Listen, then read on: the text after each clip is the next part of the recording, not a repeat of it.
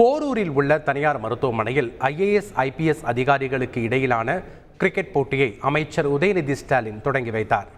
Toss போடும் batting செய்தும் Udhayanidhi cricket போட்டியை தொடங்கி வைத்து போட்டியை கண்டு ரசித்தார். போட்டியில் தமிழகம் முழுவதும் இருந்து பல்வேறு மாவட்டங்களைச் சேர்ந்த IAS, IPS மற்றும் IRS அதிகாரிகள் பங்கேற்றனர். இந்த தொடரில் வெற்றி பெறும் அணிக்கு கோப்பை வழங்கப்பட உள்ளது. இதற்கிடையே கடந்த ஆண்டு வெற்றி பெற்ற அணிக்கும் கோப்பை வழங்கி சிறப்பித்தார்.